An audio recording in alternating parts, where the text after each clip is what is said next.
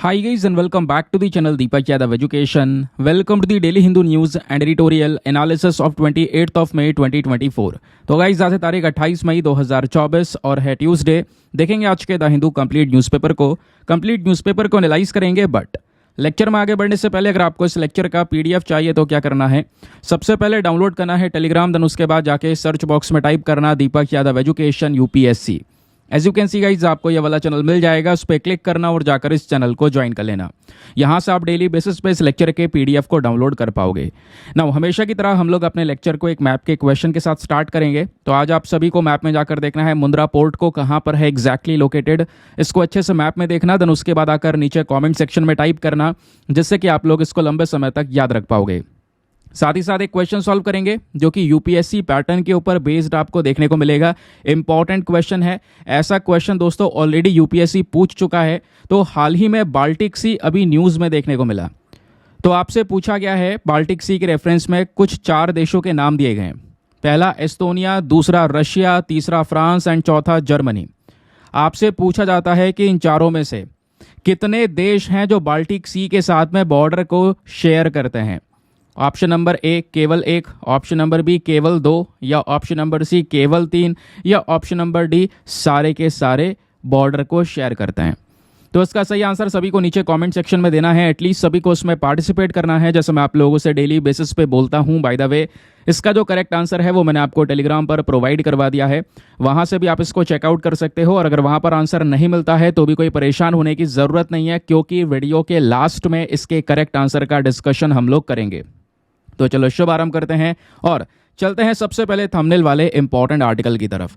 दोस्तों आज का डिस्कशन भी ज़्यादा इंपॉर्टेंट है, क्योंकि आज हमारे टेक्स्ट एंड कॉन्टेक्स्ट पर दोनों बहुत ज़्यादा रेलिवेंट टॉपिक्स छपे हुए हैं, जिसको बहुत डिटेल से विद प्रॉपर बैकग्राउंड डेटा के साथ में समझेंगे। प्रीलिम्स का क्वेश्चन मैंने आपको दे ही दिया है, जिसको सॉल्व करना है। आगे मैं आपको मेंस का क्वेश्चन भी दूंगा, तो उसको भी अच्छे से अटेम्प्ट करना। जो मेंस का क्वेश्चन आज मिलेगा वो बहुत इंपॉर्टेंट भी होने वाला है दोस्तों, ठीक है। तो अभी आप देख पाओगे द हिंदू हो, चाहे इंडियन एक्सप्रेस हो या वेरियस न्यूज़पेपर्स हो, सभी जगह पर एक नई करेंसी के बारे में चर्चा की जा रही है।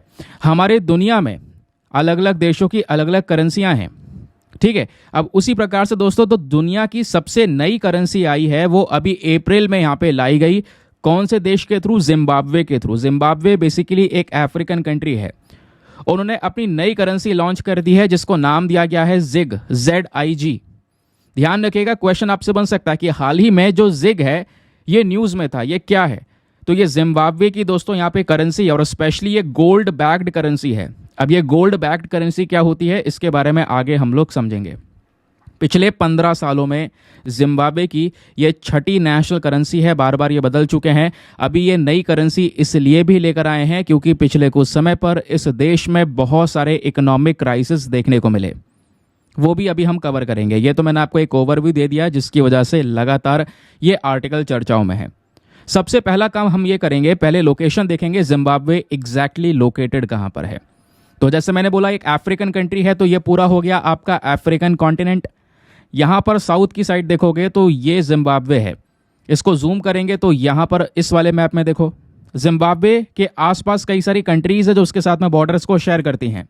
और जैसा हमको देखकर लगता है कि जिम्बाब्वे एक लैंडलॉक कंट्री है, ठीक है। चारों तरफ से इसके देश ही देश हैं जो बॉर्डर्स को शेयर कर रहे हैं। जैसे ऊपर आपको जाम्बिया नजर आएगा, इधर मोजाम्बिक है, नीचे बोत्सवाना है, देन इधर यहाँ पर आप देख पाओगे साउथ अफ्रीका है, ठीक है। और बीच में आपका जिम्बाब्वे हो गया। कैपिटल इसकी है यहाँ पर हरारे, ठीक है। तो ये लोकेशन ध्यान रखिएगा, कई बार लोकेशन एग्जामिनेशन के पॉइंट ऑफ व्यू से पूछ ली जाती है। अब दोस्तों मैं आपको वैसे बता दूं, ये जो करेंसी लेकर आए थे ये अप्रैल के महीने में ही लेकर आ चुके थे। तो कहोगे जब अप्रैल में लेकर आ गए थे तो अब क्यों डिस्कस कर रहे हैं? अब इसलिए डिस्कस कर रहे हैं कि अब इन्होंने फिजिकल फॉर्म में इसको रिलीज किया है। अभी तक ये डिजिटल फॉर्म में लेकर आए थे इसको। तो अभी आर्टिकल्स पब्लिश होना कल से शुरू हुए हैं। द हिंदू में, इंडियन एक्सप्रेस में, सभी जगह पर ये छपे हैं कल के दिन, जिसमें बताया गया कि अप्रैल 2024 में ही जिम्बाब्वे अपनी एक नई गोल्ड बैक करेंसी लेकर आ चुका था, जिसका नाम है जिग। जिग का मतलब है जिम्बाब्वे गोल्ड। यह करेंसी इसलिए इन्होंने लॉन्च की है क्योंकि देश में बहुत ज़्यादा करेंसी इनस्टेबिलिटी चल रही थी। हाइपर इन्फ्लेशन वहाँ पर देखने को मिल रहा था, बहुत ज़्यादा महंगाई थी, और ये दशकों से चलती हुई नज़र आ रही है। देश बहुत सफ़र कर रहा है, इस वजह से वो एक नई करेंसी ही लेकर आ गए। अब चलिए मैं आपको थोड़ा सा इस नई करेंसी के बारे में डिटेल्स बताता हूँ। सबसे पहले नाम आपको पता चल चुका है जिग, और जैसे मैंने आपको बताया ये जिम्बाब्वे की छठी करेंसी है 2009 के बाद से। 2009 के बाद से पिछले 15 सालों में ये ऑलरेडी 5 करेंसी लॉन्च कर चुके हैं, ये छठी करेंसी है। रीज़न ये था क्योंकि यहाँ पर इनका जो जिम्बाब्वे डॉलर है वो पूरी तरह से कॉलेप्स कर गया। हाइपर इन्फ्लेशन 5 बिलियन % ज़्यादा था, बहुत तेज़ी से यहाँ पर महंगाई थी, एक कह सकते हो अल्टीमेट लेवल पर महंगाई देखने को मिली। यानी दुनिया की जो सबसे खराब करेंसी होती है ना, जो क्रैश हो चुकी हैं, उन करेंसीज में जिम्बाब्वे की ये वाली करेंसी आ चुकी थी। उस वजह से यहाँ पर इन्होंने उसको ख़त्म करके यहाँ पे एक नई करेंसी को रिलीज़ किया, नाम दिया गया जिग। ठीक है, अब दोस्तों इस करेंसी का मेन मकसद क्या है बता ही चुका हूँ कि ये करेंसी इसलिए लेकर आई गई है ताकि उस देश में करेंसी के मामले में एक स्थिरता बनाई जा सके। ठीक है, इन्फ्लेशन जो महंगाई है उसको कंट्रोल की जा सके, इकोनॉमिक ग्रोथ को ज़्यादा सपोर्ट कर सकें, जो पब्लिक ट्रस्ट है उसको वापस से रिस्टोर किया जा सके। अभी ये लोग जो फॉरेन करेंसीज के ऊपर ज़्यादा डिपेंडेंट थे उसको भी कंट्रोल किया जा सके, उसको कम किया जा सके। इन सब चीज़ों को देखते हुए ये एक नई करेंसी को इंट्रोड्यूस कर देते हैं। अब क्वेश्चन ये है कि इस करेंसी में एक बहुत ही ज़्यादा यूनिकनेस है, बाकी सारे करेंसी से काफ़ी अलग है। रीज़न, इसको गोल्ड रिजर्व्स के थ्रू बैक किया गया, यानी गोल्ड रिजर्व्स के थ्रू सपोर्ट मिला हुआ है। इसका मतलब क्या होता है दोस्तों, जब आप करेंसीज देखते हो तो आपको फियाट करेंसी के बारे में जानने को मिलता होगा, और एक होती है गोल्ड बैक्ड करेंसी जिसके बारे में अभी हम डिस्कशन कर रहे हैं। तो ये जो गोल्ड स्टैंडर्ड होता है ना, इसका मतलब क्या होता है, एक ऐसी करेंसी जिसकी जो फिक्स्ड वैल्यू है वो डायरेक्टली गोल्ड की वैल्यू के साथ में लिंक की जाती है। ठीक है, जो उनकी सरकार के पास में फिजिकल गोल्ड प्रेजेंट है, उसी गोल्ड के बेसिस पर क्या करा उन्होंने, अपनी इस नई वाली करेंसी की वैल्यू को लिंक कर दिया ताकि इनकी करेंसी की ज़्यादा वैल्यू हो, है ना। इस वजह से उन्होंने मेन गोल्ड से ही लिंक कर दिया। तो ये एक यूनिकनेस आपको देखने को मिलेगी, यानी गोल्ड के थ्रू सपोर्टेड ये करेंसी इनकी प्रेजेंट है। और सबसे खास बात कि इसको गोल्ड में कन्वर्ट भी कर सकते हैं इस करेंसी को ये। ठीक है, अब बात आती है कि पहले भी जिम्बाब्वे ऐसी बहुत सारी कोशिशें कर चुका है। इससे पहले कई सारी करेंसीज ला चुके हैं, इस चक्कर में इस देश में जो ट्रस्ट है गवर्नमेंट की करेंसीज पर वो लोग नहीं बना पा रहे हैं। ठीक है, ये न्यूज़ आपको समझ में आया। अब थोड़ा सा करेंसी के बारे में जाना इकोनॉमी के पर्सपेक्टिव से। करेंसी है क्या दोस्तों, वो आपकी मनी है, पैसा है, पेपर के फॉर्म में, कॉइन्स के फॉर्म में, जो सरकार यहाँ पे इशू करती है वो आपकी करेंसी है ना। और इस करेंसी का मेन पर्पस क्या होता है भाई, जो भी आप कमोडिटीज़ या सर्विसेज को एक्सचेंज करते हो उसके बदले में एक वैल्यू पे करना, वही करेंसी है। आपने कुछ सामान खरीदा, उसके बदले में पैसा दिया, क्योंकि उसकी मेन वैल्यू है। पहले ऐसा नहीं था, पहले बार्टर सिस्टम था, है ना। बार्टर सिस्टम के बारे में पता होगा, गुड्स के बदले गुड्स, सर्विसेज के बदले सर्विस। कहने का मतलब है बार्टर सिस्टम में यह था भाई, आपके पास चावल है, सामने वाले के पास में गेहूँ है, और आपको गेहूं की रिक्वायरमेंट है, सामने वाले के चावल की रिक्वायरमेंट, आप दोनों एक दूसरे से एक्सचेंज कर लोगे, मनी की ज़रूरत नहीं है। तो गुड्स एक्सचेंज हुआ जाया करते थे बार्टर सिस्टम में। अभी क्या है, वो जो बार्टर सिस्टम है दोस्तों वो हट चुका है, ख़त्म हो चुका है। यहाँ पर आपको एक नई करेंसी देखने को मिलेगी। आप कोई भी चीज़ परचेज करोगे उसके बदले में यहाँ पर एक करेंसी पे करोगे जिसकी एक मेन वैल्यू है। ठीक है, अब जब बात हो रही है करेंसीज़ की, तो कभी हमने सोचने की कोशिश की है कि पहली करेंसी कौन सी होगी, सबसे पहली करेंसी दुनिया में कौन सी आई होगी। तो दोस्तों वो था मेसोपोटामियन शेकेल। ये first known form of currency जानी जाती है। सबसे पहली जिसके बारे में कोई जानकारी है वो है मेसोपोटामियन शेकेल। ये लगभग आज से 5000 साल पहले बनाई गई थी।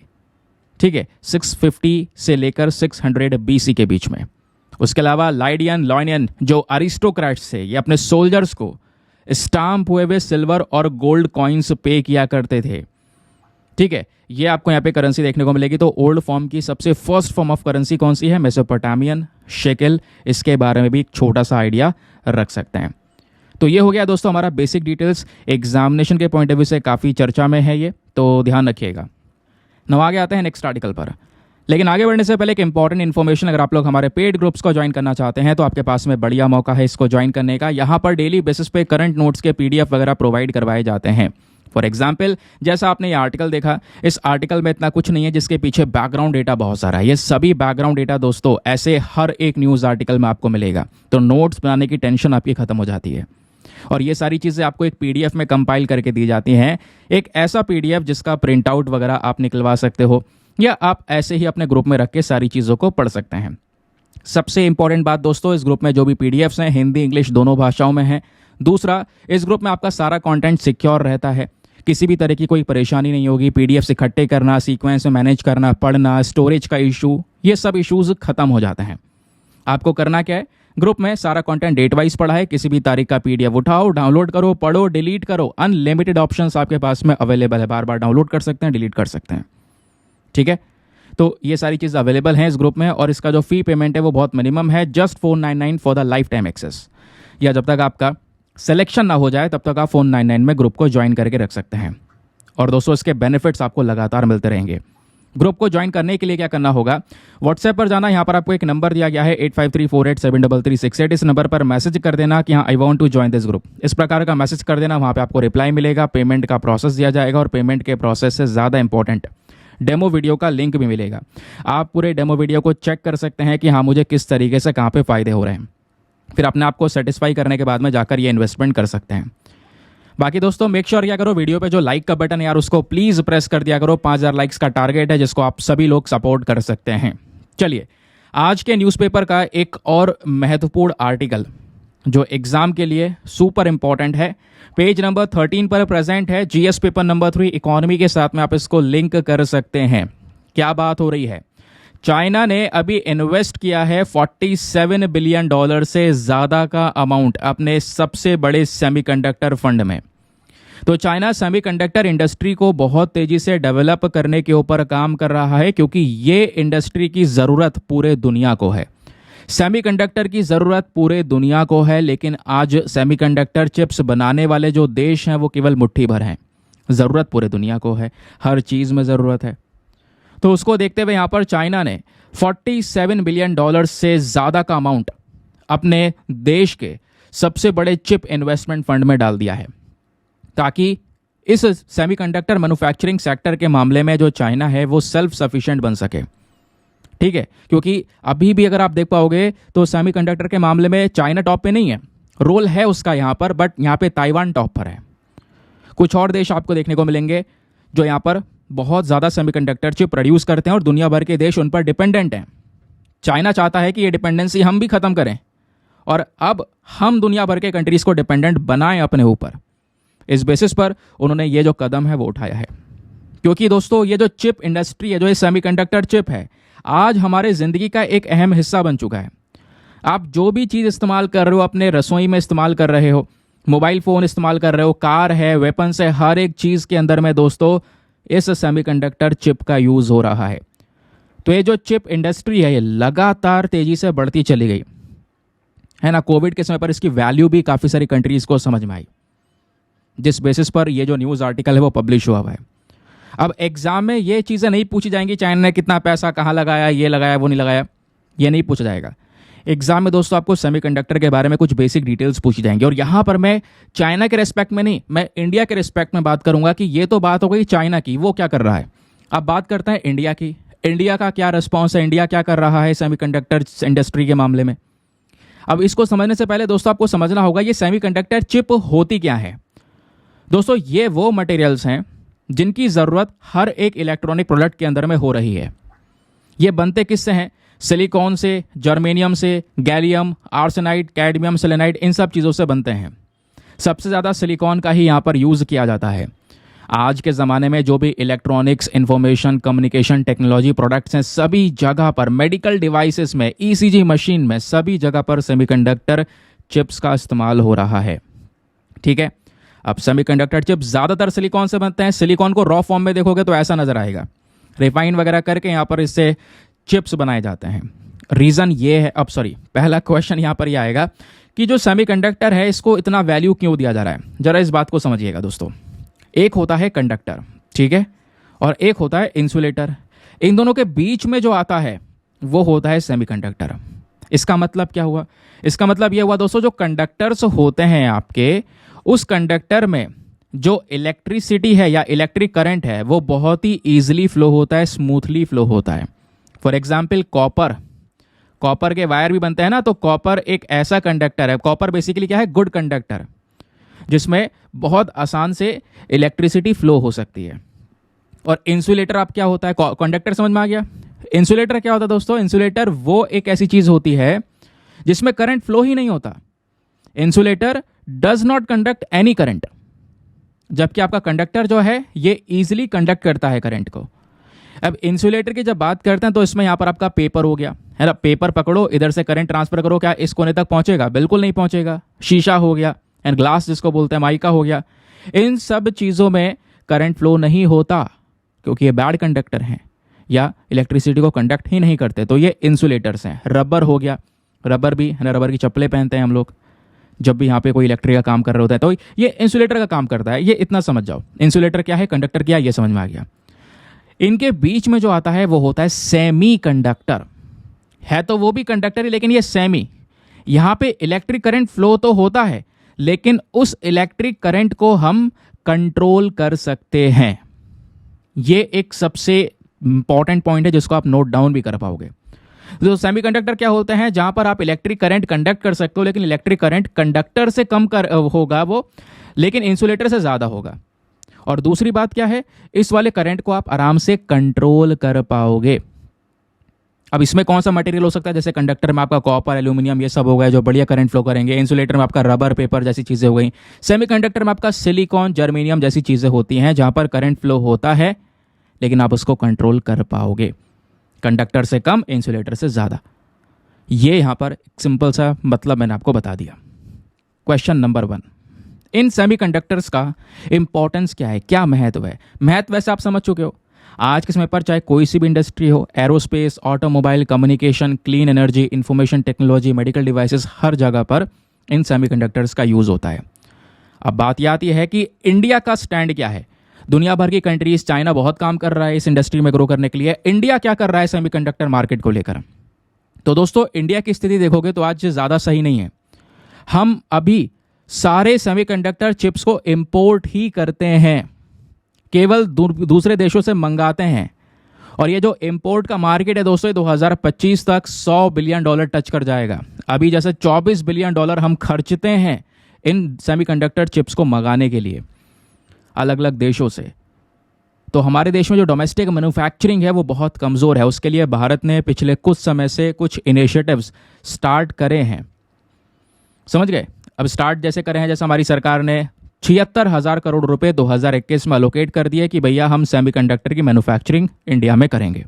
तो अभी काम चल रहा है। वैसे अभी भी जो डिपेंडेंसी है वो दुनिया भर की कंट्रीज़ के ऊपर में ज़्यादा है रिगार्डिंग दिस सेमीकंडक्टर। काम क्या क्या किया गया? 2021 में भारत सरकार ने $10 बिलियन का जो यहाँ पर प्रोडक्शन लिंक्ड इंसेंटिव स्कीम है ये लेकर आए। इसको अनाउंस किया कि भाई सेमीकंडक्टर इंडस्ट्रीज़ ज़्यादा से ज़्यादा बढ़ाई जाएँ, है ना। जितना ज़्यादा प्रोडक्शन करेंगी वो इंडस्ट्रीज़, उनको ज़्यादा इंसेंटिव्स मिलेंगे। तो PLI स्कीम इसलिए लेकर आई गई। और ये करना ज़रूरी भी है क्योंकि भारत का खुद का जो कंजम्पशन है सेमीकंडक्टर का दोस्तों, वो अल्टीमेट है।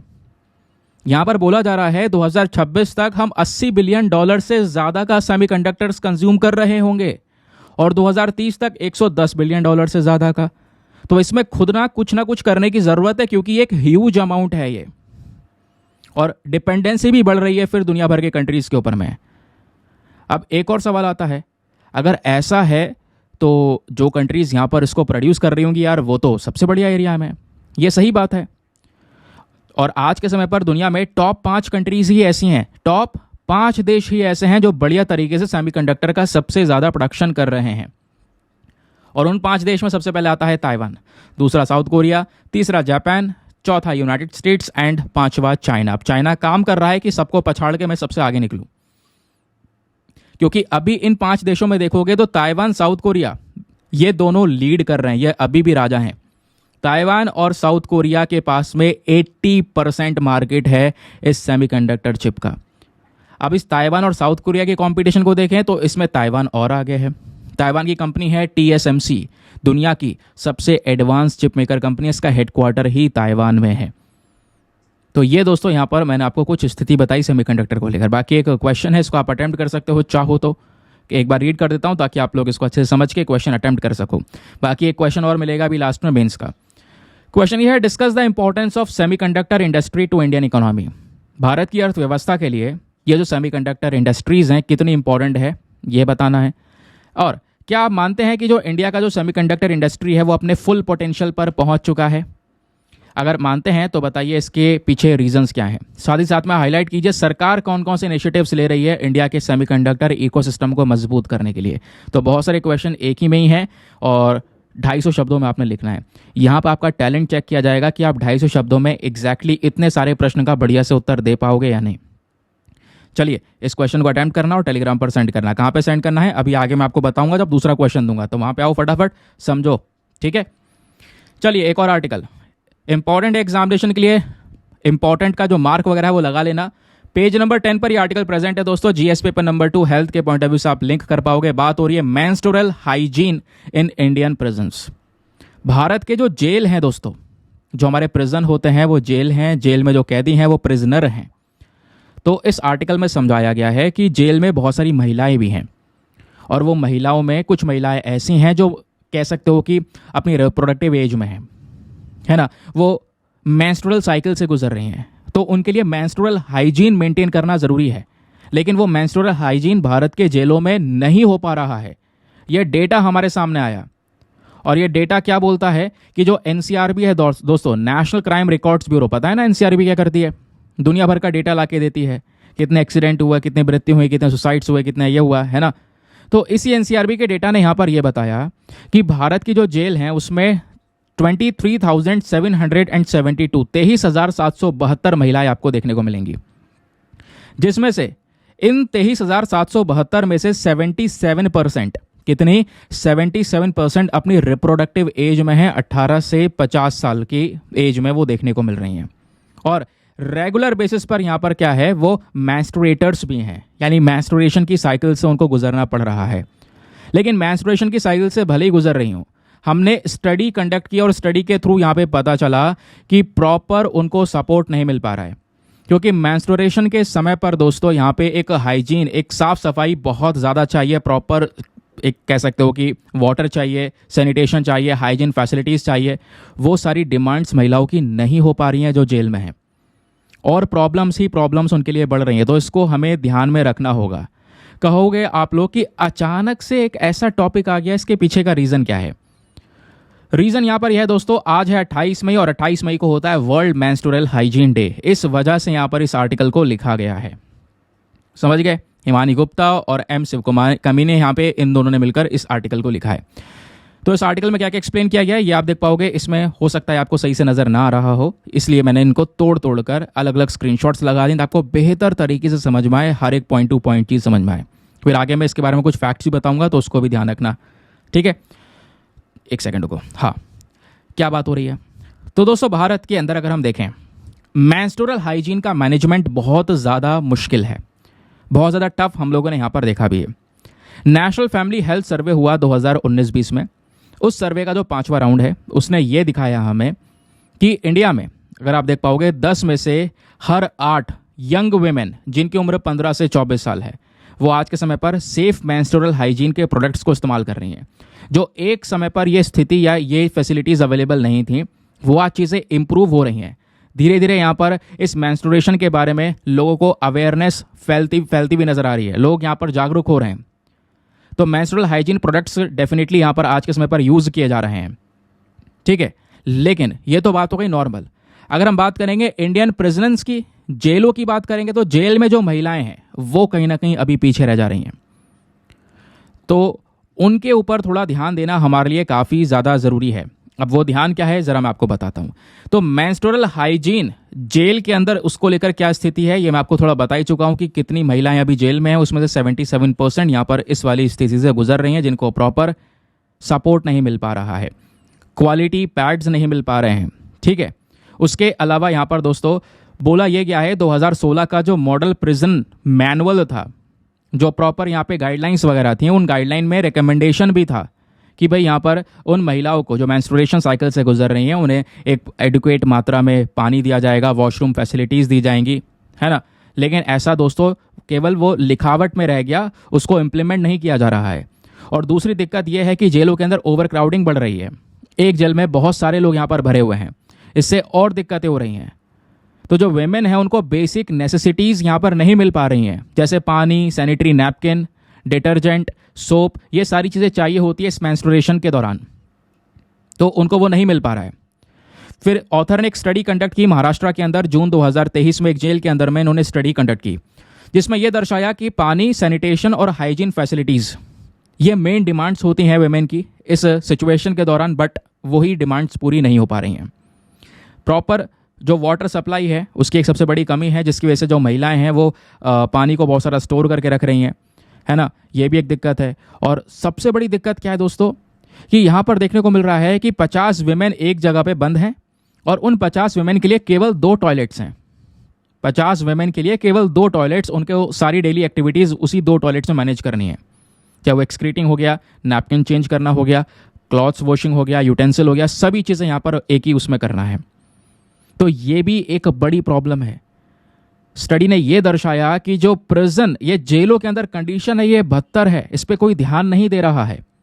इस पर भी ध्यान देना ज़रूरी है। इसी अवेयरनेस को फैलाने के लिए ये आर्टिकल लिखा गया है। अब जो हमारी पॉलिसीज़ हैं वो क्या है, तो दोस्तों इंडिया लगातार अपने एफर्ट्स लगा रहा है कि मेंस्ट्रुअल हाइजीन के जो प्रोडक्ट्स हैं उनका एक्सेस प्रॉपर तरीके से लोगों को मिल पाए। इसके लिए कई सारी स्कीम स्टार्ट की गई, मेंस्ट्रुअल हाइजीन स्कीम स्टार्ट की गई, जहाँ पर जो सैनिटरी नैपकिन्स होते हैं दोस्तों वो डिस्ट्रीब्यूट किए गए, फ्री में डिस्ट्रीब्यूट किए गए या सब्सिडाइज्ड वे में डिस्ट्रीब्यूट किए गए। फिर 2023 के अंदर भारत ने एक नेशनल मेंस्ट्रुअल हाइजीन पॉलिसी को यहाँ पर अपनाया। इस पॉलिसी के तहत यहाँ पर यह दर्शाया कि जो मेंस्ट्रुएशन है, मेंस्ट्रुएशन साइकिल है, एक नेचुरल प्रोसेस है और इसको एक अटेंशन देने की ज़रूरत है। लोग यहाँ पर कहीं ना कहीं नज़रअंदाज कर जाते हैं, बट इसको अटेंशन देने की ज़रूरत है। और इसके लिए राइटर ये भी बोलते हैं कि इंडियन गवर्नमेंट को क्या करना चाहिए, what needs to be done. आइए मैं आपको बताता हूँ क्या इनका कहना है। इंडियन गवर्नमेंट को एंश्योर करना होगा कि वो basic standards of menstrual hygiene ये प्रोवाइड करवाएं। जो बेसिक चीज़ें हैं वो तो आप दे ही सकते हो ना, जो आपके हक में है वो आप दे सकते हो, आप तब भी नहीं दे रहे हो, ये सबसे बड़ी गलती है। सबसे पहला स्टेप सरकार को एंश्योर करना होगा कि जो हर एक राज्य है वो अपनी मैनुअल के गाइडलाइंस के हिसाब से चले। जो आपके लिए गाइडलाइंस आप उसे फॉलो कर नहीं रहे हो, वहाँ पे बोला गया है कि इन महिलाओं का ज़्यादा ध्यान रखना, बट ऐसा हो नहीं रहा है। तो ये जो एक्सपीरियंस है मेंस्ट्रुएशन का, स्पेशली जेल के अंदर में, ये सबसे बड़ा चैलेंज साबित होता चले जा रहा है। तो अगला स्टेप हमें ये करना होगा, पब्लिक हेल्थ अथॉरिटीज़ के साथ में कोलैबोरेट करना होगा, जेल का जो एडमिनिस्ट्रेटर है उसके साथ में कोलैबोरेट करना होगा, ताकि एक रणनीति बनाई जा सके, एक स्ट्रैटेजी डेवलप किया जा सके और इंश्योर कर सकें कि प्रॉपर हाइजीन प्रोडक्ट्स और हाइजीन से संबंधित जितनी भी फैसिलिटीज़ है वो महिलाओं को दी जा सके जो जेल में प्रेजेंट है। आई होप आपको ये जो पूरा आर्टिकल है क्लियर हो चुका है राइटर का क्या कहना है। चलिए, आर्टिकल तो हमने अच्छे से निचोड़ के पढ़ लिया, अब थोड़ा सा बैकग्राउंड डेटा है, नोट्स के फॉर्म में कुछ डेटा है वो भी पता होना चाहिए, क्योंकि आर्टिकल लिखा गया है क्योंकि आज 28 मई है दोस्तों, है ना। और जैसे मैंने बोला 28 मई को हम world menstrual hygiene day observe करते हैं। तो ये जो दिन हर साल ऑब्जर्व किया जाता है 28 मई को, इसका मेन जो एम है, मेन मकसद है इसके बारे में, मेंस्ट्रुएशन के बारे में ज़्यादा अवेयरनेस फैलाना, जागरूकता फैलाना, इस हाइजीन को प्रमोट करना दुनिया भर में। क्वेश्चन आपका ये होगा कि 28 मई ही क्यों चूज़ किया गया, इसके पीछे का रीज़न क्या है।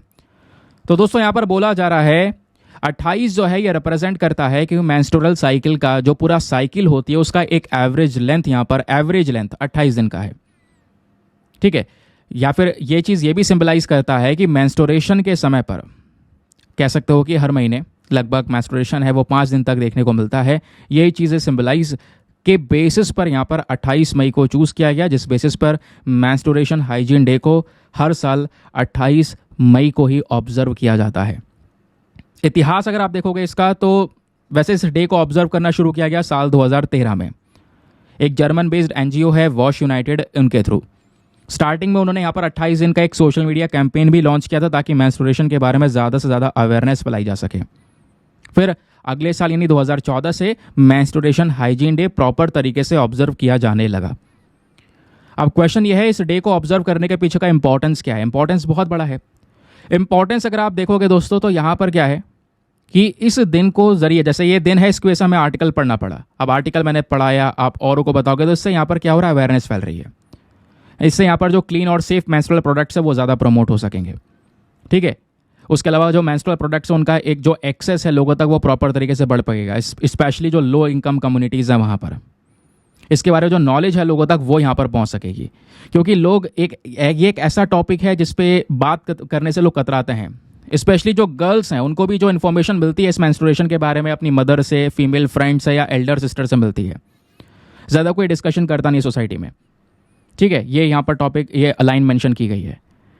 अब दोस्तों मेंस्ट्रुएशन से संबंधित कुछ स्टडीज़ हैं, उस स्टडी ने क्या बताया है, क्या स्थिति है, ज़रा ये जानिए। यहाँ पे बोला जा रहा है कि लगभग 12% के आसपास जो यंग गर्ल्स हैं वो यहाँ पे मानती हैं मेंस्ट्रुएशन एक सबसे बड़ा दिक्कत है ना, गॉड का श्राप है। अब 4.6% जो गर्ल्स हैं वो इनको यहाँ पे प्रॉपर नॉलेज ही नहीं है कि मेंस्ट्रुएशन के पीछे का मेन कॉज क्या है। फिर स्टडी ने ये भी बोला 84% जो यहाँ पे गर्ल्स है वो करेक्टली यहाँ पर मेंस्ट्रुएशन को आइडेंटिफाई करती है कि हाँ वो एक बायोलॉजिकल प्रोसेस है। फिर 61.4% जो गर्ल्स है वो उसको एक्सेप्ट करती हैं कि जो मेंस्ट्रुएशन है, ठीक है, इससे संबंधित बहुत सारी जो सोशल एम्बरेसमेंट्स हैं वो भी यहाँ पर दोस्तों एग्जिस्ट करती हैं। 44.5% जो यहाँ पर गर्ल्स हैं वो आज के समय पर भी यहाँ पर मेंशन किया जा रहा है कि जो होममेड एब्जॉर्बेंट्स या क्लॉथ वगैरह है उसका यूज़ कर रही हैं इंस्टेड ऑफ सैनिटरी पैड्स, जो कि यहाँ पर गलत है। सैनिटरी पैड्स को यहाँ पर प्रमोट किया जा रहा है बेसिकली इस डे को ऑब्जर्व करके भी, ठीक है। जो क्लॉथ वगैरह यूज़ किया जा रहा है उसके बजाय सैनिटरी पैड्स यूज़ करना सही है। फिर उसके बाद यहाँ पर दोस्तों यहाँ पे बोला जाता है उसके बारे में कि नॉलेज जो है इसके बारे में बहुत कम है। अब नॉलेज बहुत कम है, इस चक्कर में लोगों के पास में ज़्यादा अवेयरनेस भी नहीं है, क्योंकि जिसके पास में होगी नॉलेज वो इस चीज़ को बताएगा आगे, इसका और विस्तार करेगा। समझ गए। अब एक चीज़ और है, आर्टिकल में मेंशन किया जा रहा है कि बहुत सारी चैलेंजेस, बहुत सारी समस्याएं जो आज के समय पर यंग गर्ल्स फेस कर रही हैं इस मेंस्ट्रुएशन के समय पर। अब वो क्या बताया जा रहा है, जैसे कि अवेयरनेस ना होना, प्लस सोसाइटी सोशल स्टिग्मा, बहुत सारी चीज़ें हैं कि मेंस्ट्रुएशन के समय पर ये नहीं कर सकते, वो नहीं कर सकते, है ना। तो ये भी एक चैलेंज है। दूसरा यहाँ पे सैनिटरी प्रोडक्ट्स जो हैं इनका जो एक्सेस है बहुत लिमिटेड है, सभी लोग तक ये प्रॉपर एक्सेस नहीं पहुँच पा रहा है, स्पेशली लो इनकम फैमिलीज़ की बात कर रहे हैं। फिर फाइनेंशियल कंस्ट्रेंट, है ना, जो लोग यहाँ पे लो इनकम फैमिली से आ रहे हैं, फाइनेंशियल इशू है, वो यहाँ पर सैनिटरी पैड्स को अफोर्ड नहीं कर पाते, या दूसरे मेंस्ट्रुअल जो प्रोडक्ट्स आते हैं आज के समय पर उसको अफोर्ड नहीं कर पाते, है ना। फिर उसके बाद यहाँ पर प्रॉपर सैनिटेशन फैसिलिटीज़ ना होना, स्पेशली स्कूल में या पब्लिक प्लेसेस के अंदर में, ये भी एक बड़ा चैलेंज है जिसकी वजह से प्रॉब्लम्स क्रिएट होती है। फिर प्राइवेसी ना होना या प्रॉपर डिस्पोजल मेथड्स ना होना जहाँ पे सैनिटरी प्रोडक्ट्स को यहाँ पे डिस्पोज किया जा सके, तो इसकी कमी है, ये भी एक चैलेंज है। तो बाकी एजुकेशन और इसको सपोर्ट, एजुकेशन स्पेशली यहाँ पर इस टॉपिक को लेकर ज़्यादा है ही नहीं, वो भी एक बड़ा चैलेंज यहाँ पर दिखाया जा रहा है। अब ऐसी प्रॉब्लम से टैकल करने के लिए, निपटने के लिए इंडिया ने कई सारे इनिशिएटिव्स यहाँ पर दोस्तों स्टार्ट किए हैं, जैसे मेंस्ट्रुअल हाइजीन स्कीम। इसको साल 2011 में लॉन्च किया गया था ministry of health and family welfare के थ्रू। इस स्कीम का जो मेन पर्पज़ है वो है मेंस्ट्रुअल हाइजीन को प्रमोट करना, स्पेशली गर्ल्स में, रूरल एरियाज़ के अंदर, गाँव वाले क्षेत्रों में। फिर स्वच्छ भारत गाइडलाइंस आपको देखने को मिलेंगे 2015 की। फिर उसके बाद यहाँ पर प्रधानमंत्री भारतीय जनौषधि परियोजना, ये एक इंपॉर्टेंट स्टेप था जहाँ पर इस प्रोजेक्ट के तहत 8700 जनौषधि केंद्र को सेटअप किया गया, जहाँ पर हमारे देश भर में जो ऑक्सो बायोडिग्रेडेबल सैनिटरी नैपकिन है दोस्तों, जिसको सुविधा के नाम से यहाँ पर दिया जा रहा था 1 रुपये में, 1 रुपये पर पैड के हिसाब से यहाँ पर दोस्तों दिया गया गवर्नमेंट की साइड से। उसके अलावा और भी कई सारे स्टेट्स की अपनी अपनी स्कीम्स है जहाँ पर वो फ्री सैनिटरी नैपकिन्स बांट रहे हैं एडोलेसेंट गर्ल्स को, जैसे महाराष्ट्र की अस्मिता योजना है, उड़ान राजस्थान की योजना है, आंध्र प्रदेश की स्वेच्छा, देन उसके बाद केरला की शी पैड, ओडिशा की खुशी। तो ये कुछ स्कीम्स आपको नजर आएंगी अलग अलग गवर्नमेंट की। केरला और कर्नाटक की जो गवर्नमेंट है दोस्तों वो यहाँ पर अभी मेंस्ट्रुअल कप्स को डिस्ट्रीब्यूट कर रही हैं। वो उनका कहना है सैनिटरी नैपकिन का एक सबसे बड़ा ऑल्टरनेटिव है यहाँ पर मेंस्ट्रुअल कप, ठीक है। तो ये कुछ बेसिक डिटेल्स हो गई।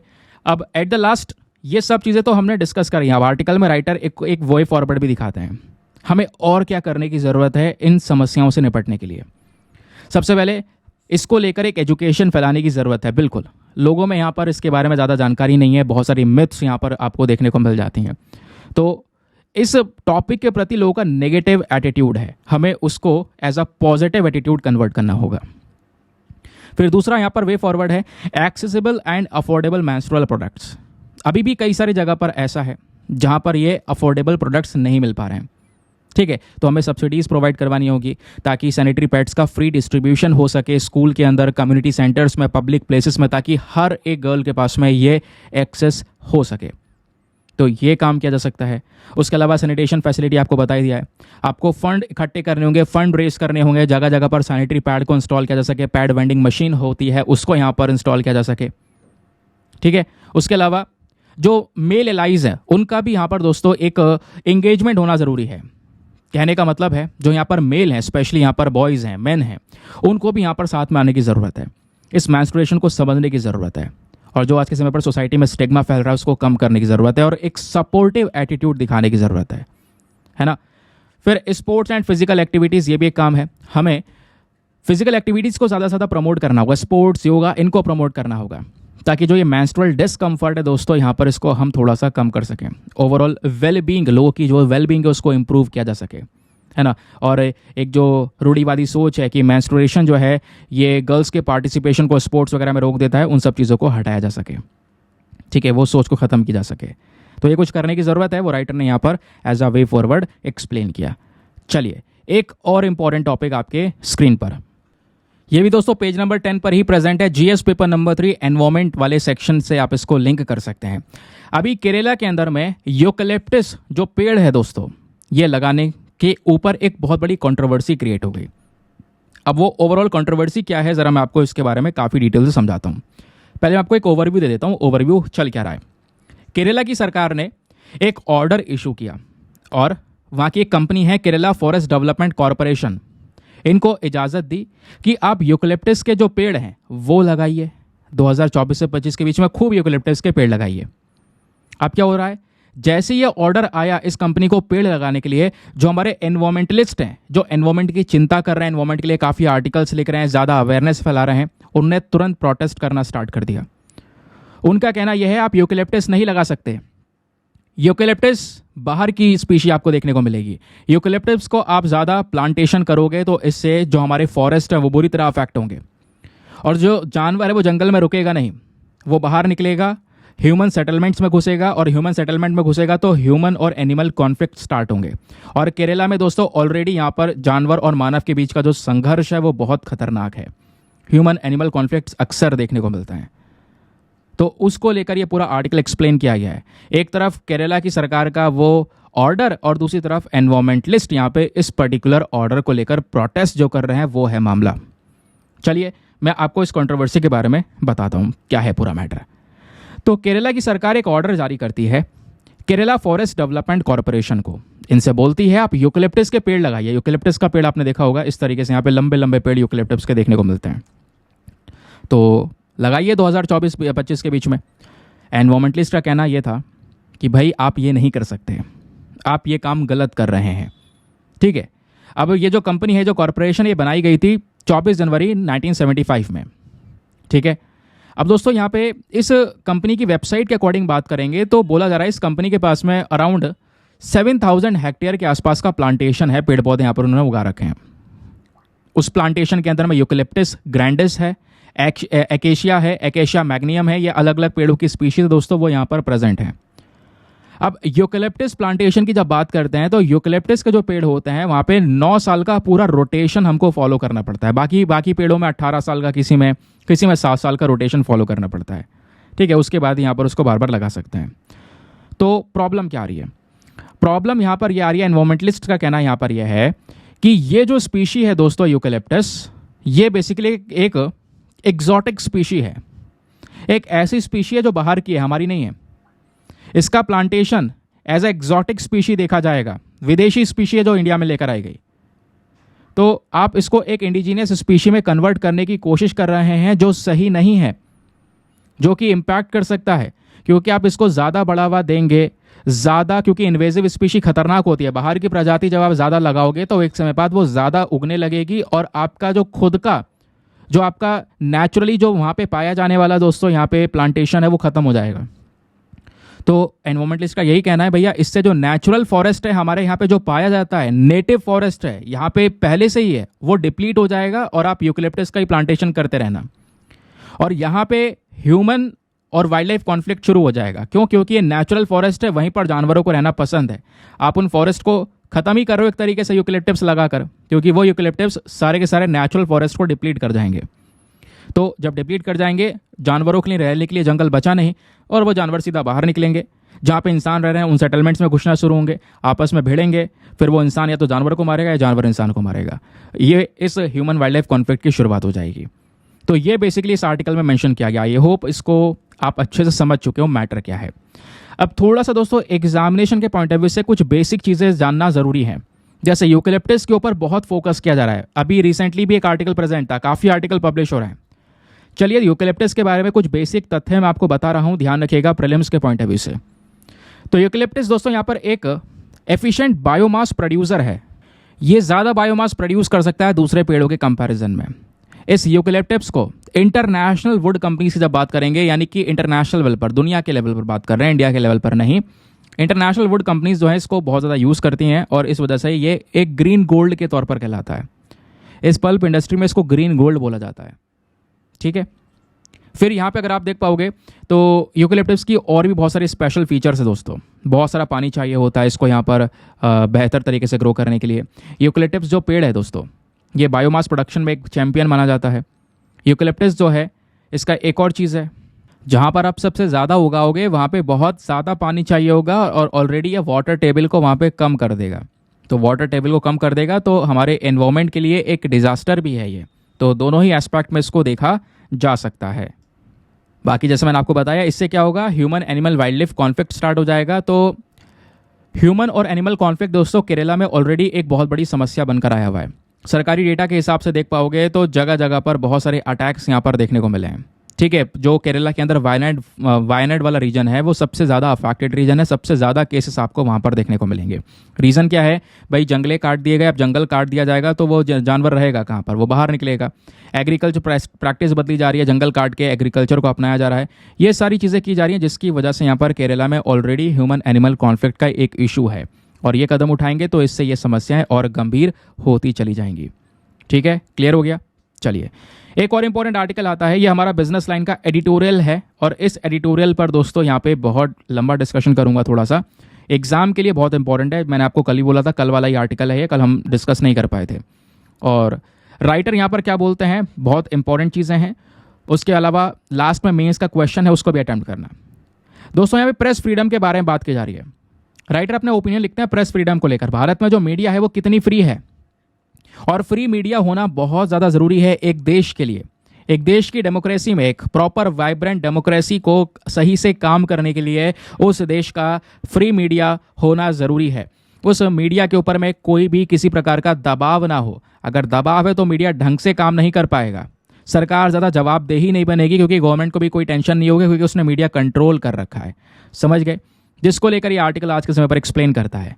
तो एक डेमोक्रेटिक इंडिया, एक डेमोक्रेटिक कंट्री, ऑब्वियसली बात है इंडिया भी एक डेमोक्रेसी है बड़ी, तो एक डेमोक्रेटिक कंट्री जैसे कि भारत, यहाँ पर हमारे देश के लिए जो मीडिया है एक बहुत इंपॉर्टेंट रोल प्ले करता है। As a crucial watchdog की तरह हम इसको देख सकते हैं। लेकिन हाल ही में जो वर्ल्ड प्रेस फ्रीडम इंडेक्स आया है उसने हमें निराश किया है।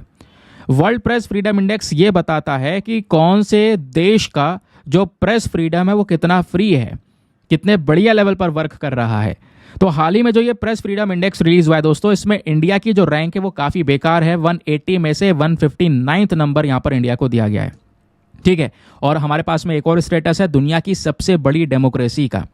तो दुनिया की सबसे बड़ी डेमोक्रेसी का स्टेटस तो है, लेकिन यहाँ पे जो हमारी रैंक है वो भी खराब है। तो वही यहाँ पर राइटर एक्सप्लेन करते हैं कि जो अभी के समय पर फ्रीडम ऑफ प्रेस है इंडिया में, यहाँ पर हमें क्या क्या करने की ज़रूरत है ना, और क्या क्या चीज़ें आगे हम कर सकते हैं, दुनिया से क्या क्या सीख सकते हैं। तो सबसे पहले अभी ये इंडेक्स की वजह से पूरा का पूरा आर्टिकल न्यूज़ में आया कि वर्ल्ड प्रेस फ्रीडम इंडेक्स आया है जिसमें रैंक हमारी कम है, उस वजह से ये न्यूज़ में है। पहला क्वेश्चन दोस्तों आपसे बन सकता है, स्पेशली प्रीलिम्स के लिए, ये इंडेक्स कौन रिलीज़ करता है। तो दोस्तों हर साल ये इंडेक्स आता है, इसको रिलीज़ करने वाली बॉडी है रिपोर्टर्स सैन फ्रंटियर्स। 2002 से इस इंडेक्स को यहाँ पे वो रिलीज़ कर रहे हैं, जहाँ पर इस इंडेक्स का मेन मकसद है दुनिया में जो जर्नलिस्ट हैं, मीडिया ऑर्गेनाइजेशंस हैं, किस लेवल पर फंक्शन कर रही है उसकी रिपोर्ट दुनिया के सामने प्रस्तुत करना, क्वालिटी ऑफ जर्नलिज्म को दर्शाना। अब 2024 का जो ये वर्ल्ड प्रेस फ्रीडम इंडेक्स आया है, इसमें ट्रेंड्स क्या देखने को मिले। तो दोस्तों ये जो प्रेस फ्रीडम है ये बहुत ज़्यादा मजबूत है यूरोपियन कंट्रीज़ में, ये दिखाया गया। ये यूरोप के अंदर में जो प्रेस है, जो मीडिया है, वो अभी बहुत ही ज़्यादा स्ट्रांग मानी जा रही है, बहुत दबदबा है मीडिया का। जबकि मिडिल ईस्ट के अंदर में बहुत ज़्यादा कम है। मिडिल ईस्ट के जब हम लोग बात करते हैं तो वहाँ पे सरकार ने बहुत सारे रेस्ट्रिक्शंस लगा रखे हैं मीडिया पे, तो मीडिया ज़्यादा खुलकर बोल नहीं पाता। ठीक है, मिडिल ईस्ट में आपके वही सारे अरब कंट्रीज़ भी देखने को मिल जाएंगे। अब बात आती है कुछ और एनालिसिस की, दुनिया भर के स्केल पर एनालिसिस देखते हैं कहाँ पर क्या स्थिति है। पहले कुछ स्कैंडिनेवियन देश, स्कैंडिनेवियन में आपके नॉर्वे, डेनमार्क, स्वीडन, ये सबसे खुशहाल, सबसे आगे रहने वाले, सबसे डेवलप्ड कंट्रीज आपको नजर आएंगे। अक्सर इंडेक्स में इनकी बात होती है तो यहाँ कैसे छूट जाएंगे। तो नॉर्वे, डेनमार्क, स्वीडन, इन्होंने दोस्तों इस इंडेक्स को लीड किया है। लीड किया है मतलब यहाँ पर जो हमारी प्रेस है, यानी इन देशों की यहाँ पर जो मीडिया है वो काफ़ी फ्री है, उनके ऊपर किसी चीज़ का दबाव नहीं है, खुलकर बोल सकते हैं, खुलकर अपने आप को एक्सप्रेस कर सकते हैं, किसी की जान नहीं जा रही, किसी पर कोई रिस्ट्रिक्शन नहीं है, मीडिया स्ट्रांग है, ऐसा यहाँ पर बताया गया। दूसरा, ये तो हो गए टॉप की कंट्रीज। इस इंडेक्स में बॉटम में कौन कौन है, तो एरिट्रिया, सीरिया एंड अफगानिस्तान, ये कंट्रीज बिल्कुल बॉटम में रखी गई हैं कि यहाँ पर मीडिया है ही नहीं, कुछ भी सरकार के खिलाफ या जो रूल कर रहा है उसके खिलाफ बोल ही नहीं सकते। फिर ब्रिक्स कंट्रीज की बात करेंगे। ब्रिक्स यानी कि हमारे 5 देश, इसमें Brazil, Russia, India, China and south Africa. तो इन ब्रिक्स नेशन में देखोगे तो ब्राजील और साउथ अफ्रीका भारत से ऊपर हैं, यानी कि इनका मीडिया स्ट्रांग है। इंडिया तीसरे नंबर पर है, बाकी चाइना और रशिया हमसे लोअर रैंकिंग पे आपको देखने को मिलेंगे। यहाँ पर भी जो मीडिया है वो ज़्यादा फ्री नहीं है, उनको खुली छूट नहीं है, ऐसा इस आर्टिकल ने एक्सप्लेन किया कि ग्लोबल लेवल पर हमने थोड़ा सा कंपैरिजन देखा। अब इंडिया की स्थिति अगर आप देखोगे 2023 के कंपैरिजन में थोड़ा सा सुधार हुआ है। 2023 में हमारी रैंक 161 थी, 2024 में ये 159 हो चुकी है। थोड़ा सा यहाँ पर एक सुधार, इंप्रूवमेंट नजर आएगा, बट वो सुधार इसलिए हुआ है क्योंकि कुछ और देशों की रैंकिंग गिर गई है उस वजह से, ऐसा आर्टिकल में बोला जा रहा है। अब दोस्तों इसका पूरा मामले में इंडिया का रिस्पॉन्स क्या है। भारत ने सीधा सीधा इस रिपोर्ट को रिजेक्ट कर दिया है। क्यों भाई, इनका कहना यह है कि कुछ ऐसे देश हैं, पैलेस्टीन है या कुछ और भी कंट्रीज जहाँ पर बहुत बड़ी प्रॉब्लम्स चल रही हैं, वो सभी कंट्रीज हमसे ऊपर हैं, ऐसा कैसे। कई लोगों के क्वेश्चन भी आपको ये देखने को मिलेंगे, है ना, ट्विटर पर आपने देखे होंगे। तो इंडिया वैसे इस रिपोर्ट को रिजेक्ट करता है। क्यों, इंडिया का कहना यह है कि देखो हमारे यहाँ पर ऑलरेडी खुलकर बोलने का हक है, हर कोई व्यक्ति, प्रेस नहीं, हर कोई व्यक्ति खुलकर बोल सकता है। Freedom of speech and expression ऐसा नहीं है सरकार दे रही है, कॉन्स्टिट्यूशन, संविधान दे रहा है उसको, और प्रोटेक्शन करने के लिए सुप्रीम कोर्ट भी है। तो आर्टिकल 19 क्लॉज 1 के तहत आपके पास में खुलकर बोलने का अधिकार है, बिल्कुल है। लेकिन दोस्तों आपको जब ये इस फ्रीडम ऑफ स्पीच और एक्सप्रेशन को पढ़ोगे तो यहाँ पर एक चीज़ और है, आपके ऊपर रोक लगाई जा सकती है। ऐसा नहीं है कि आप खुलकर बोलने का छूट दे दिया तो आप कुछ भी बोलें, जिससे हमारे जो रिलेशन है किसी दूसरे देश के साथ में वो खराब हो जाए, पब्लिक ऑर्डर खराब हो जाए, किसी को डिफेम कर रहे हो, हमारे देश की सॉवरिटी के ऊपर असर पड़े, सिक्योरिटी को खतरा पहुंच जाए, तो ऐसा भी नहीं करने देंगे। तो ये कुछ रिस्ट्रिक्शंस होते हैं, वो रिस्ट्रिक्शंस आपके आर्टिकल 19 क्लॉज 2 में मेंशन्ड है। खुलकर बोलो, लेकिन ऐसा भी ना हो कि भाई आप यहाँ पर हमारे देश के अगेंस्ट ही चले जाओ। तो ये फ्रीडम ऑफ स्पीच की यहाँ पर बात हो गई। अब राइटर ये बोलते हैं, आखिरकार कोई भी जो डेमोक्रेटिक कंट्री है, अब जो डिक्टेटर है वहाँ पर तो कोई मतलब ही नहीं है, वो डिक्टेटर जो होगा तानाशाह, वो उसके हिसाब से सारी चीज़ें चलेगी। बात यहाँ पर डेमोक्रेसी की हो रही है, तो इंडिया सबसे बड़ी डेमोक्रेसी है, लार्जेस्ट डेमोक्रेसी है। तो यहाँ पे बात यह है दोस्तों, राइटर बोलते हैं इंडिया जैसी जो डेमोक्रेसी है, यहाँ पर एक फ्री मीडिया का होना कितना ज़्यादा ज़रूरी है, उसका इंपॉर्टेंस क्या है। इंपॉर्टेंस में सबसे पहली चीज़ अगर आप जो देख पाओगे वो यहाँ पर यह है कि जो प्रेस है उसको एक छूट मिलनी चाहिए, है ना। कोई किसी चीज़ का डर, कोई किसी चीज़ का दबाव नहीं होना चाहिए। क्यों, क्योंकि यहाँ पे अगर आप देख पाओगे इंडिया का पूरा जो स्ट्रक्चर है, लेजिस्लेटिव है, एग्जीक्यूटिव है, जुडिशरी है। लेजिस्लेटिव लॉज बना रही है, एग्जीक्यूटिव कानून को लागू कर रही है, जुडिशरी उनको देख रही है, और चौथी चीज़ यहाँ पर कह सकते हो वो आपकी मीडिया है। मीडिया भी एक इंपॉर्टेंट पिलर माना जाता है हमारे से डेमोक्रेसी का, ठीक है। तो दोस्तों यहाँ पर मीडिया को एक छूट तो मिलनी चाहिए, ये बताया गया। उसके अलावा एक और चीज़ यहाँ पे बोला जा रहा है, मीडिया का इंपॉर्टेंस ये भी है कि वो हमारे देश की जो रेजिलियंस है उसको बढ़ाता है। अगर एक मीडिया अनबायस रिपोर्टिंग कर रहा है, जो गलत है उसको गलत दिखा रहा है, जो सही है उसको सही दिखा रहा है, अनबायस है, बिल्कुल न्यूट्रल है, तो ये चीज़ ज़रूरी है देश की ग्रोथ के लिए, उस डेमोक्रेटिक प्रोसेस के लिए, क्योंकि यहाँ पर सरकार जवाबदेही बनेगी कि भाई हाँ ये चीज़ गलत है, एक मीडिया ने क्वेश्चन किया है, दुनिया भर की मीडिया में चर्चा हो रही है, तो मुझे इसका जवाब देना होगा। समझ गए। तीसरी चीज़ यहाँ पर इसका इंपॉर्टेंस है, गवर्नमेंट ओवर रीच के अगेंस्ट में एक प्रोटेक्शन मिलना। देखो एक फ्री और इंडिपेंडेंट मीडिया जो है ये हमेशा से गवर्नमेंट को उसकी गलती पर तुरंत चेक करती हुई नजर आएगी। गवर्नमेंट जैसी कोई गलती करेगी तुरंत सब जगह पर न्यूज़ आ जाएगी, सबको पता चलना शुरू हो जाएगा, और आपको जानकारी तुरंत मिलनी स्टार्ट हो जाएगी। इसके बेसिस पर जो गवर्नमेंट है वो यहाँ पर तुरंत जवाब देगी उस चीज़ को लेकर। तो गवर्नमेंट अकाउंटेबिलिटी यहाँ पर इंक्रीज हो जाएगी, एक ट्रांसपेरेंसी मेंटेन हो जाएगी। और दूसरी तरफ राइट टू इन्फॉर्मेशन एक्ट है ही आपके पास में, 2005 में लेकर आया गया था। इस एक्ट के तहत जो सिटीजन्स है, जो नागरिक हैं, वो आप और जानकारी निकलवा सकते हो, आरटीआई फाइल कर सकते हो किसी चीज़ को लेकर, सरकार यहाँ पे उसके बारे में इन्फॉर्मेशन आपको देगी। समझ गए। फिर उसके बाद एक और इंपॉर्टेंस है, जो सोसाइटी के अंदर इनजस्टिस हो रहा है दोस्तों, उसके अगेंस्ट में बढ़िया तरीके से काम किया जा सकेगा, और मीडिया सही काम कर रही है। एक मीडिया कवरेज हुआ था निर्भया केस का 2012 में, एक सबसे बढ़िया कवरेज यहाँ पर देखने को मिला, जिसके बारे में बहुत ज़्यादा डिस्कशंस हुए, विमेन सेफ्टी की बात हुई, लॉ इन्फोर्समेंट रिफॉर्म्स लेकर आए गए। तो यही चीज़ है, मीडिया को ऐसे ही कवर करना होगा, जहाँ घटना होती है उसको इस तरीके से कवर किया जाए कि भाई उसको कैसे सुधारा जा सकता है, आगे ऐसा कुछ ना हो। तो ऐसी छूट यहाँ पे उनको मिलनी चाहिए। ऐसा ना हो कि वो मुद्दे को दबा दें किसी के प्रेशर में आके, कोई भी प्रेशर हो सकता है वो। समझ गए। फिर राइट रिकॉर्ड चीज़ बोलते हैं, पूरे देश भर में देखोगे, रीजन वाइज देखोगे, लोकल लेवल पर देखोगे, तो जो मीडिया है इनका फंक्शन एज अ वॉइस बहुत इंपॉर्टेंट है। पब्लिक के लिए यहाँ पर वो काम कर रहे हैं, वो सर्व कर रहे हैं एज एजुकेटर, एंटरटेनर, हर तरीके से यहाँ पे सर्व कर रहे हैं। वो यहाँ पर एक इंपॉर्टेंट रोल प्ले कर रहे हैं गवर्नमेंट को कंट्रोल करके, गवर्नमेंट के ऊपर रिस्ट्रिक्शंस लगाकर। अब मान लो यहाँ पर कई बार बहुत सारे इंस्टेंस होते हैं फ्रॉड के हैं या करप्शन हुआ है, तो उसमें मीडिया को इंपॉर्टेंट रोल प्ले करना होगा। सरकार की जो पॉलिसीज हैं उसकी जांच के ऊपर, उनके खर्चों के ऊपर ये सवाल उठाने होंगे। तो अनबायस रिपोर्टिंग, एक ट्रांसपेरेंट गवर्नेंस के लिए बहुत ज़्यादा ज़रूरी है। इंपॉर्टेंस आपको समझ में आ गया कि हाँ क्यों ज़रूरी है फ्री प्रेस। अब राइटर ने एक्सप्लेन किया है कि ज़रूरी तो है, लेकिन काफ़ी सारी जगह पर हम देखते हैं बहुत सारे प्रकार के ऑब्स्टिकल्स, बहुत परेशानियां फेस करनी पड़ती हैं फ्रीडम ऑफ प्रेस को। अब वो परेशानियां क्या होती हैं, क्या क्या दिक्कतें हैं जहां पर हमारी मीडिया फ्री नहीं रह पाती, खुलकर नहीं बोल पाती या न्यूट्रल नहीं रह पाती। उसके पीछे का पहला है reason political threats and violence against journalist. जो भी आपके जर्नलिस्ट हैं, जब वो कोई सेंसिटिव मुद्दे को कवर करते हैं, करप्शन को, कम्युनल टेंशन हो गया कहीं पे, तो कुछ जर्नलिस्ट को एक बड़ा प्राइस मिल जाता है, वो उधर खिसक जाएंगे, किसी के ऊपर सीधा अटैक होता है, किसी को मार भी दिया जाता है, जबकि वो उनकी ड्यूटी है, वो ड्यूटी परफॉर्म कर रहे हैं। तो इस दिक्कत में दोस्तों यहाँ पर सब भट जाते हैं, वही किस्सा देखने को मिलता है। फिर है कॉरपोरेट एंड पॉलिटिकल इन्फ्लुएंस। ये भी यहाँ पर एक रीज़न है जिसकी वजह से मीडिया आज के समय पर एक ऑब्स्टिकल फेस कर रही है। होता क्या है, कंपनीज़ का, जो बड़ी बड़ी कंपनीज है दोस्तों, कॉरपोरेट्स हैं, वो यहाँ पर मीडिया की तरफ, मीडिया को अपने साइड पे इन्फ्लुएंस कर लेते हैं। पॉलिटिकल जो पार्टीज़ है दोस्तों, उनका एक इंपॉर्टेंट रोल देखने को मिलता है। तो वो मीडिया को कंट्रोल करने की कोशिश करते हैं कि उनके हित में बात करे मीडिया। अब हित में बात कर रहा है तो यहाँ पे जो अनबायसनेस है वो कॉन्सेप्ट आएगा ही नहीं। इस चक्कर में ये भी एक बड़ी प्रॉब्लम है। तीसरा fake news and hate speech, ये भी देखने को मिलता है। एक जगह पर मीडिया होता कुछ है और दिखाता किस लेवल पर है वो आपको पता है। तो इस प्रकार की पेड न्यूज़ या फेक न्यूज़ फैलाना, ये भी दोस्तों यहाँ पे हमारे देश के लिए सही नहीं होगा। तो वो भी एक बहुत बड़ी प्रॉब्लम है। अगर हेट स्पीच कहीं पर दिख रही है तो वो भी एक बहुत बड़ी दिक्कत है। हेट स्पीच से कई दंगे हो सकते हैं, प्रॉब्लम्स क्रिएट हो सकती हैं, तो उससे बचना होगा। ये भी एक चैलेंज है। फिर एक चैलेंज आता है self censorship and ethical challenge. जो ये प्रैक्टिस है दोस्तों, ये सब जगह पर आपको देखने को मिलेगी।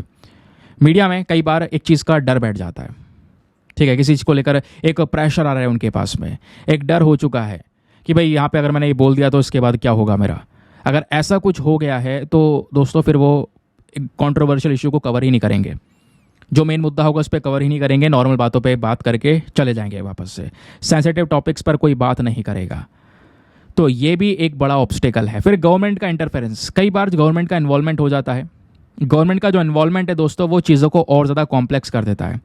कई न्यूज़पेपर में जो एडिटोरियल्स होते हैं, वो एडिटोरियल के जो राइटर होते हैं, जैसे राइटर का ही आर्टिकल एक्सप्लेन कर रहा हूँ, तो वो राइटर यहाँ पर खुलकर नहीं लिख पाते, राइटर इंडिपेंडेंट नहीं हो पाते। अब राइटर इंडिपेंडेंट नहीं है तो खुलकर अपनी बात नहीं रख पाएंगे, अपने व्यूज़ को नहीं रख पाएंगे। क्यों? क्योंकि गवर्नमेंट का इंटरफेरेंस है वहाँ पर उस पर्टिकुलर कंपनी के ऊपर में। तो ये भी एक चैलेंज के तौर पर है। तो अभी तक राइटर बता रहे थे ये ऑब्स्टिकल्स हैं, ये बहुत बड़े चैलेंजेस हैं जो आज के समय पर मीडिया फेस कर रहा है। अब ऐसी चीज़ों को रोकने के लिए अगर आप देख पाओगे, जो हमारे इंडिया में प्रेस फ्रीडम है, उस प्रेस फ्रीडम से संबंधित बहुत सारी बॉडीज़ हैं, अलग अलग बॉडीज़ जो इससे एसोसिएटेड हैं। जैसे एक रेगुलेटरी बॉडी आती है press council of India, PCI. इसको प्रेस काउंसिल ऑफ एक्ट 1978 के अंडर में बनाया गया। अब प्रेस काउंसिल ऑफ इंडिया जो है दोस्तों, एक वॉच डॉग की तरह सर्व करता है। ये भी इसका भी मेन काम क्या है यहाँ पर कि ज़्यादा से ज़्यादा एक फ्री मीडिया को प्रमोट करना।